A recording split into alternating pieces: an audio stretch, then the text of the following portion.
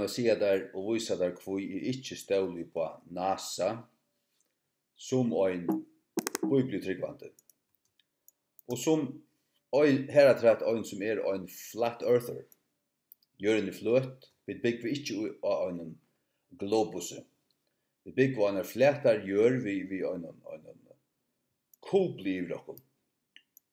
Hek NASA hade logo i chatten. Ska vi sätta det här? Ta switcha vi här.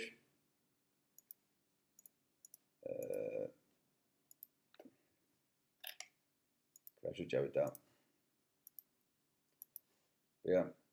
Orsaka mig. Hade NASA logo. Det ser så snart ut. NASA och så kommer en rej tunga ner i mitten här. Hon är frammanför här, du sarst frammanför S, men så gånger hon i mitten S och A. Här skiljs hon sundur, här gånger hon attanför. Här är hon frammanför, det vill säga att den reja tungan är i mitten NA och SA. Vi kan läsa SA, AN. S-A-A-N. Og her i midten rei tunga. Kvært merker så til. Hikk. Og kultur fellesskaper bruker øyla nek til at tar skriva sitt navn attanfra. Øyla opptykner av tog at skriva det fram etter og skriva det attanfra og bruka hemmelige koder på den måten. Men til damer de nøysene å vise åpenlyst.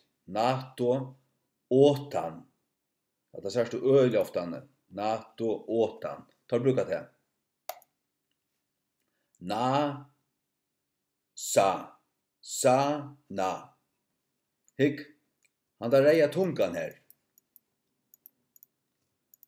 Det en tunga byrjar vi te. Bæg og enskun og føreskun og nekvumalen byrjar en tunga vi te. Og en tunga, altså en slangotunga ser ut som et te, eller som et søtne i. Hvis du dreier den av, så hever hun en stelk her, og hun får sunter handavein og sunter handavein, akkurat som et te gjer. Hikk. Hvis vi så fylgja modellen tja NATO og åtan og te, og vi sørger til at dette her navnet dalt i tvei, så kunne vi lesa fra min av handaveien og fra min av atretter. Hva sørger vi ta? Så sørger vi sa, og så tar vi for atretter, så leser vi teie, og tann. Sa, tann.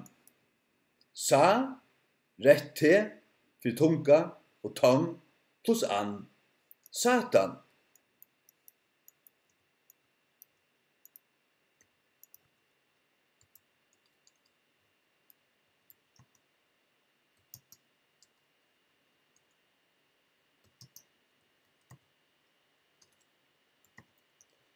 NASA ligger Satan. Og til det. Så skal vi vise der hva kommer fram til at du løyder i King James Bibelen for serpent tongue. Jeg løyder i King James Bibelen serpent tongue til Salm 140 vers 3. They have sharpened their tongues like a serpent. Others' poison is under their lips. Sela. Hetta Satans folk.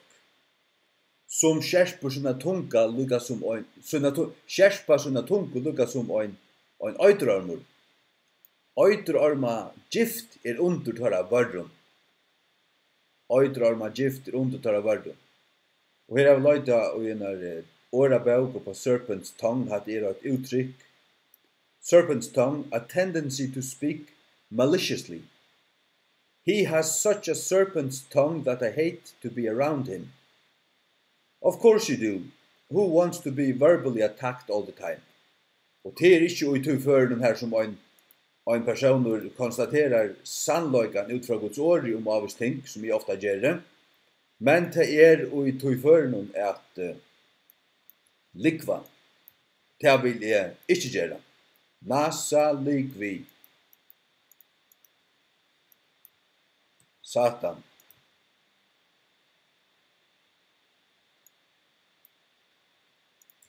Ja.